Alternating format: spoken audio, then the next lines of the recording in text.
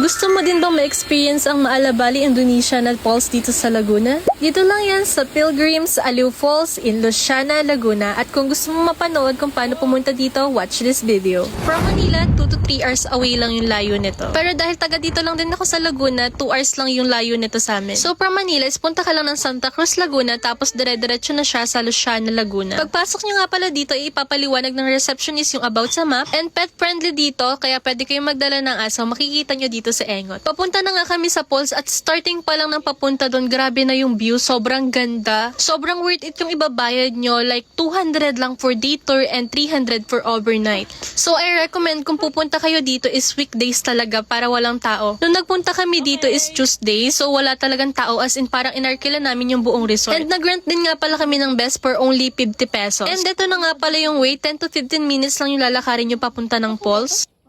So habang naglalakad is you need to check your map talaga para sure ball na hindi ka maliligaw dito. Madami din kasing pwedeng daanan kaya make sure na makikinig ka kay ating receptionist. Sila yung bantay ng last turn papunta ng falls. At pag nakita mo tong sign na to, ayan na. At mapapakanta ka na lang ng everything that is spread, praise the Lord. At nagpalit na rin ako ng damit since maliligo kami. At pagdating nga namin is walang tubig yung pool, pero sabi ni Kuya if willing to wait naman daw kami is lalagyan niya. Buti na lang mabait si Kuya at nag-wait kami ng 30 minutes para magkaroon ng tubig yung pool. Nagbabalak nga din pala kami sanang maligo sa falls, kaso nga lang baka maging kwento na lang kami. Masyadong malakas yung agos ng tubig kasi tag-ulan, tapos hindi pa ako nagpaalam sa nanay. Kasi 30 feet yung lalim niya and walang tao dito, kaming dalawang babae lang. Tapos si Kuyang bantay lang yung isa and mukhang hindi siya lifeguard, so pag inagos ka, goodbye Philippines talaga. So it's better to be safe than to be sorry, kaya hindi na rin namin nagamit yung nirent namin na best. But overall, sobrang sulit nung ibabayad nyo na 200 pesos dito. And after picture taking is we decided na umalis na din, pumunta ng ibang pool naman. Punta naman kami sa